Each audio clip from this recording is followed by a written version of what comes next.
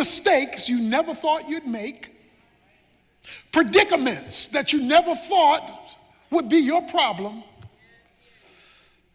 and it would all be allowed by a sovereign providential God. As long as you and I choose to live with a small God, the circumstances of life will dictate to us. But the moment you expand the meaning of God to this all-encompassing sovereign person where nothing gets to you unless it passes through his fingers first, then all of a sudden,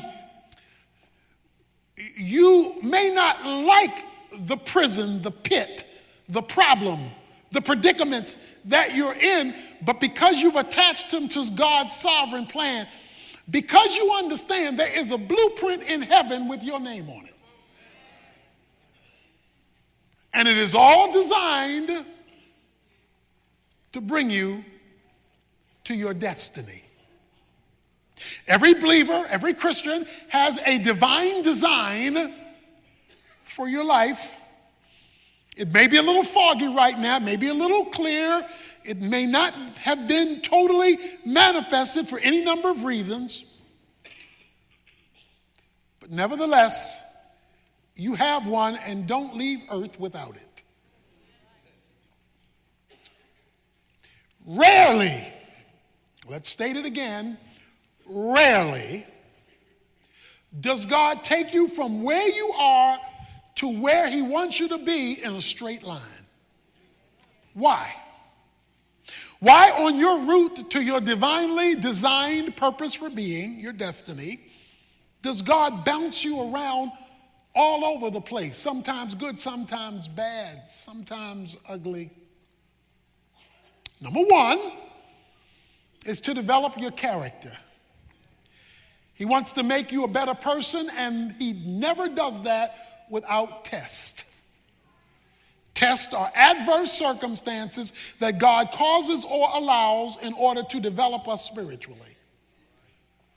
It's a test, and nobody gets away from them. You say, how long do I have to be in this test till you pass? Because God believes in retesting. But there is a second reason for the detours. And it is the reason of our message today.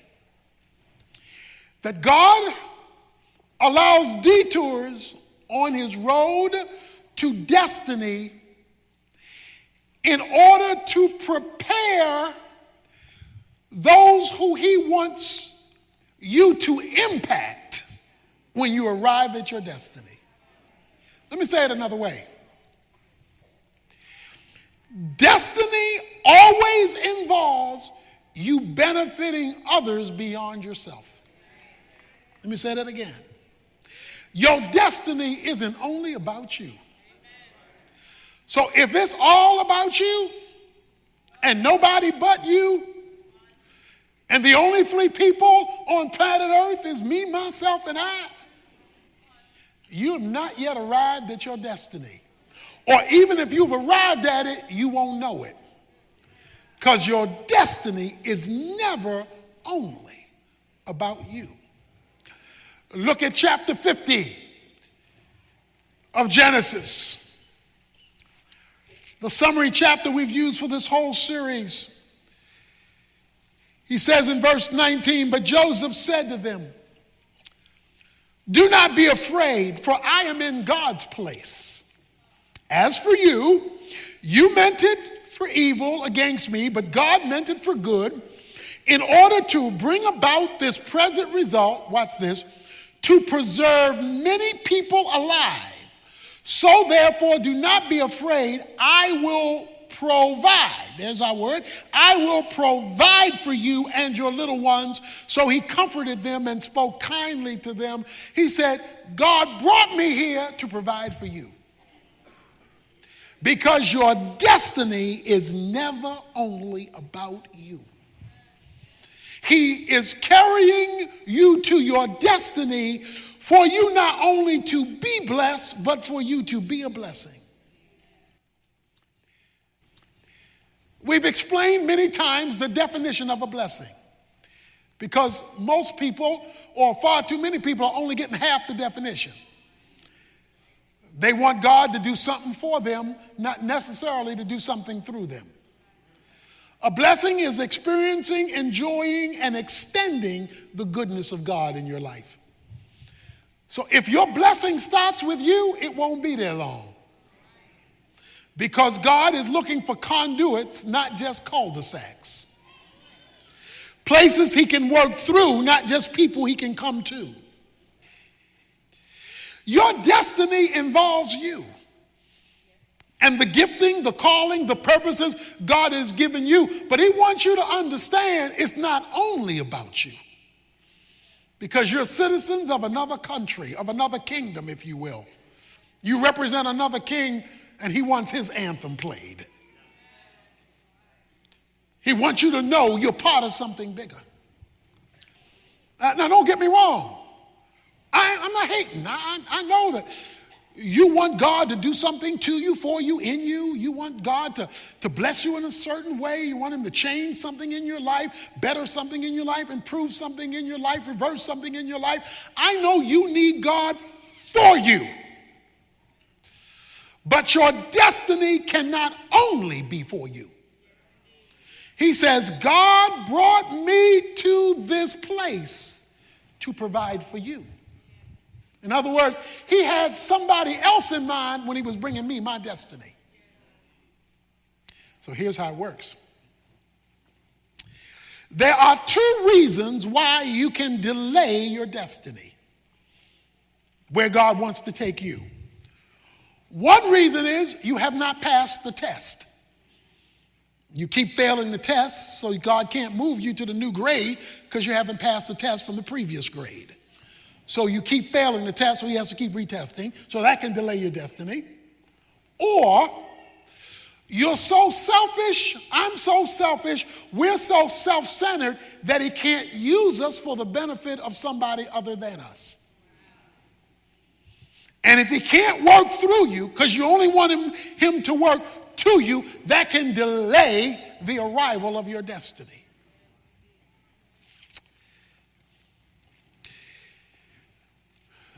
James chapter 1 says, true religion manifests itself in ministry to others.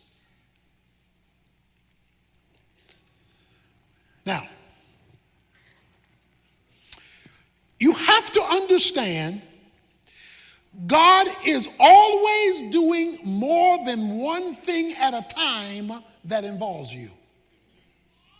It involves you, but because it's not only about you, he's manipulating different things in different places at different times until it's time for the hookup. He's doing something over here that you don't know anything about.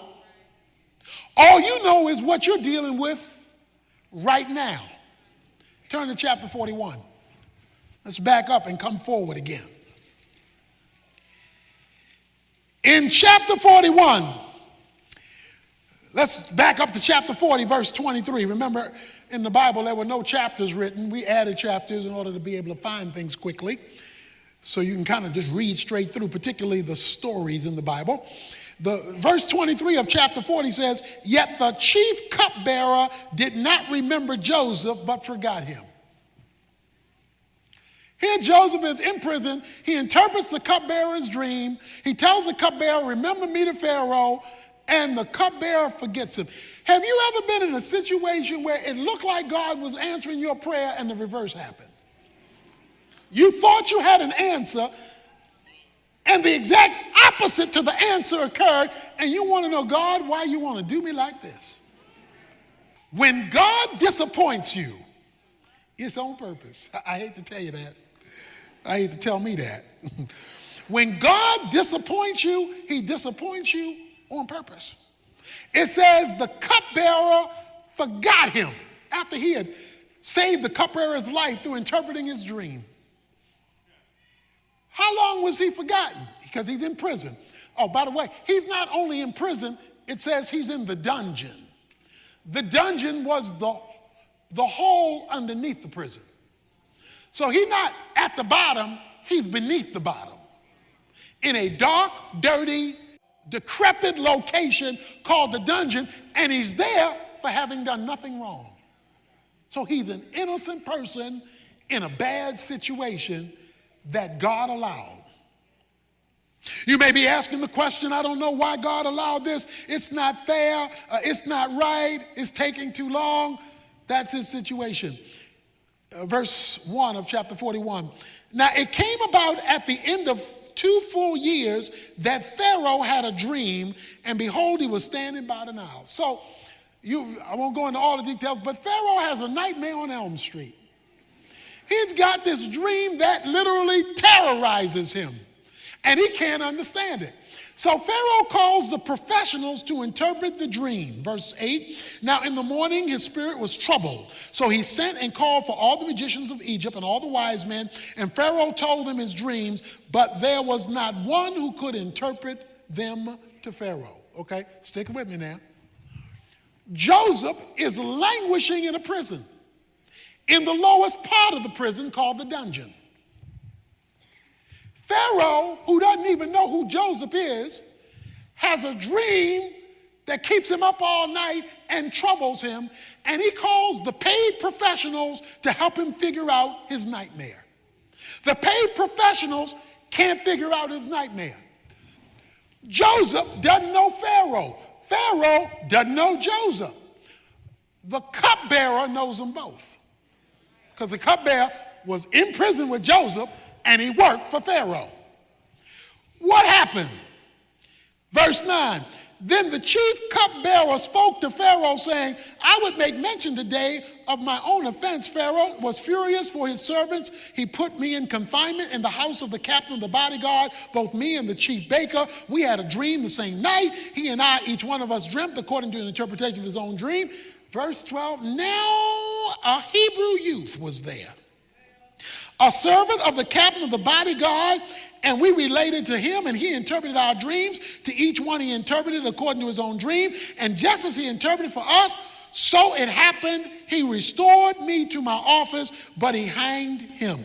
All of a sudden, the cupbearer's memory comes back. Bing! Wait a minute, Pharaoh, you had a dream. You couldn't interpret it. It scared you to death. 2 years ago, I had a dream. Scared me to death. And there was this Jewish kid in jail who interpreted my dream, and it came about just as it happened. When does the cupbearer remember Joseph? Because remember, we read he forgot him. He remembered it when it was God's time for a hookup to occur. God created a nightmare over here while Joseph is in prison over there, and he doesn't allow the negative event of Joseph to change until the nightmare occurs over here, and he brings to remember. See, God knows how to bring stuff back up in people's mind. He brings it back to the cupbearer's mind about Joseph. And watch this, because I want to make a big point. It says, verse 14, then Pharaoh sent and called for Joseph, and they hurriedly brought him out of the dungeon where he had shaved himself, changed his clothes, and came to Pharaoh. Now here's what I want you to know. Don't want you to miss this. Joseph had absolutely no idea about the dream, had never met Pharaoh. He doesn't know what's going on. He's in a hole all by himself. But in less than 24 hours, his world changes. In 24 hours, he's released from prison. In 24 hours, he's given a shave. In 24 hours, he gets his clothes changed. He gets brand new clothes. Let me show you what else happened in 24 hours. Because I'm going somewhere with this.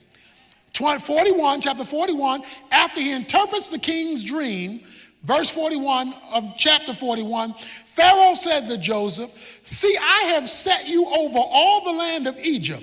Then Pharaoh took off his signet ring from his hand and put it on Joseph's hand and clothed him in garments of fine linen and put the gold necklace around his neck. It says, and then he rode him on the second chariot, verse 43, and they proclaimed before him.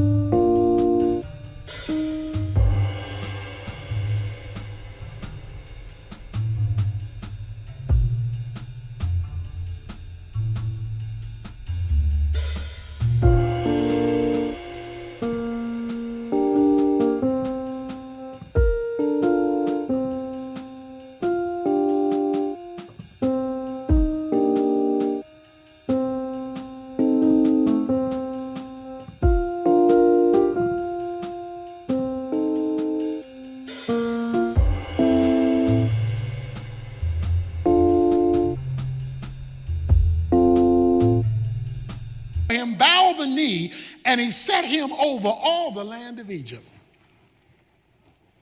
All this happened in 24 hours. Okay, let's review.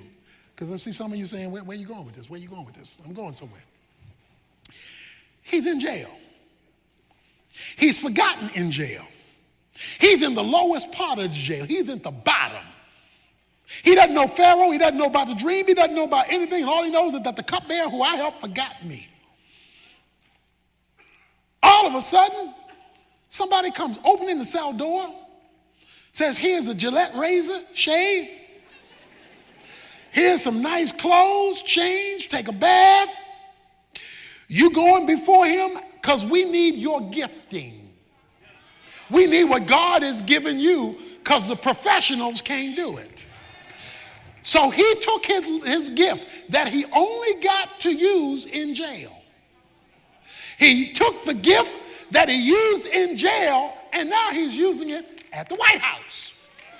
He interprets Pharaoh's dream, and what does Pharaoh do?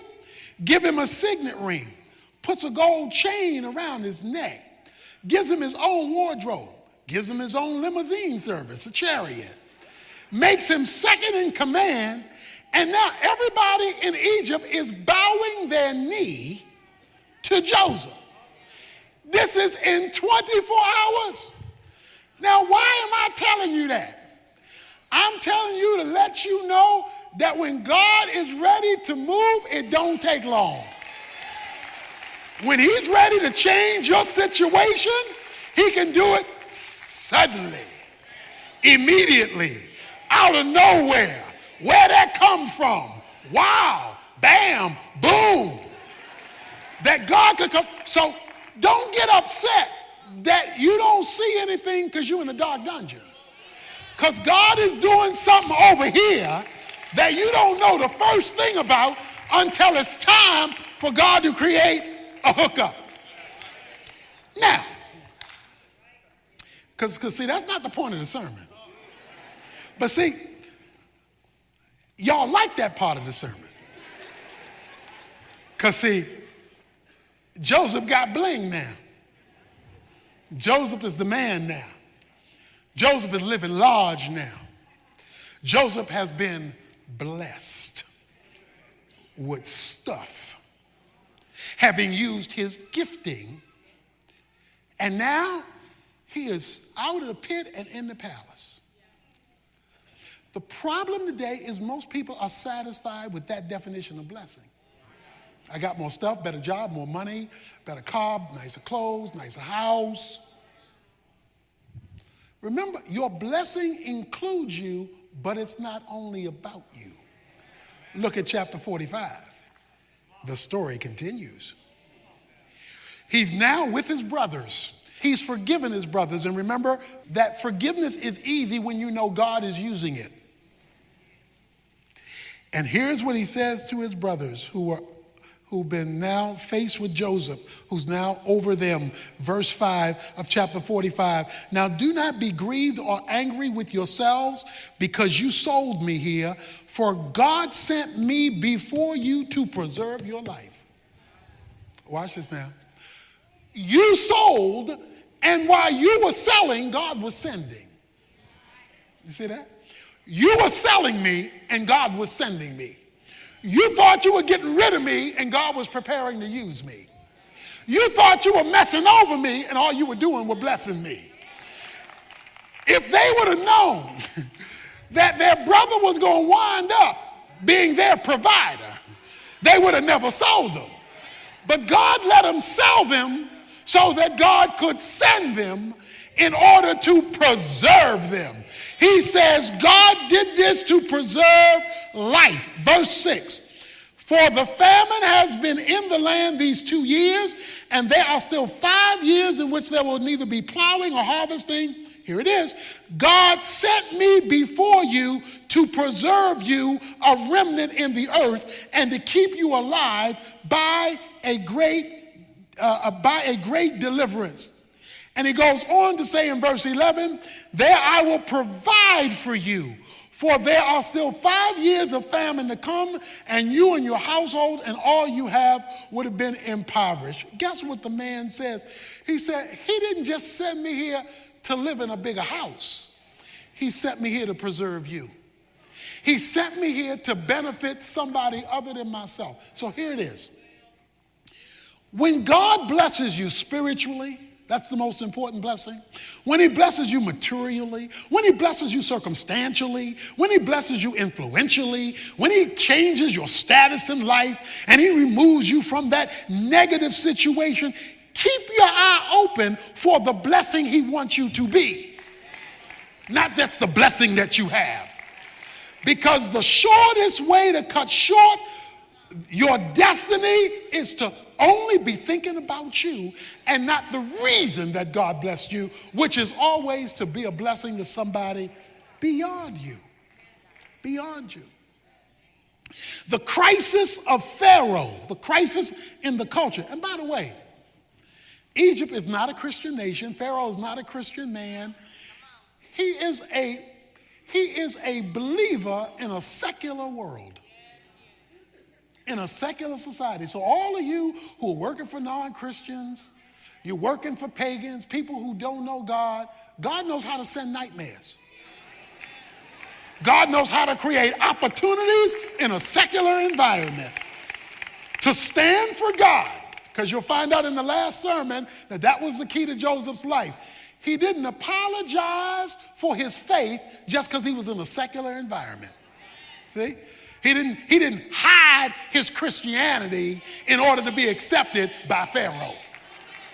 Because we got too many secret agent Christians. And God can't use you if you're going to hide his name. If you're going to hide the association with him. And so now it's opened up. Now this opportunity to be a blessing has been exposed. I began to do some research. And as I looked through the scriptures, it became clear to me that this was indeed the pattern. God would take person on detours, positive and negatives. He would then do something in their life that turned their situation around. And then he would use them to benefit folks outside of themselves. God told Abraham,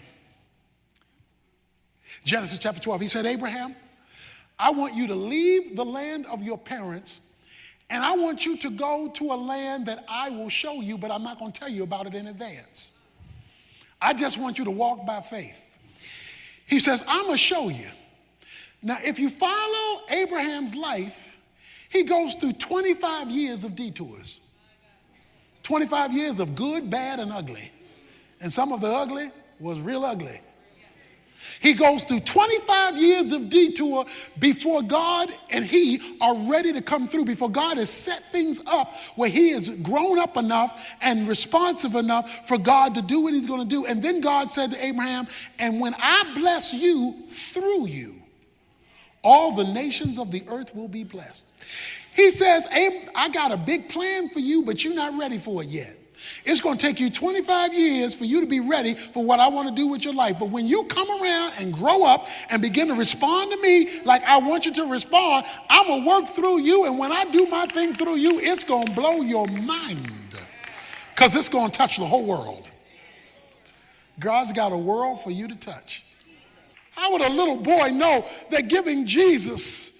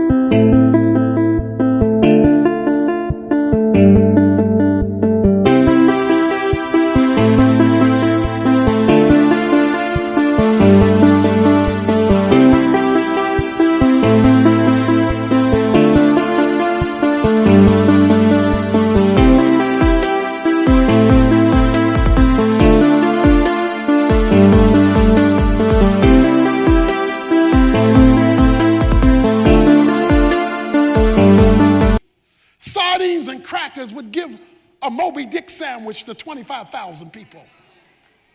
Because when your destiny is given to Jesus' hands, he's not only going to use it to fill you up, he's going to use it so you can be a blessing to others. So don't be satisfied to be blessed alone, because your destiny becomes realized when you decide to be a blessing as well.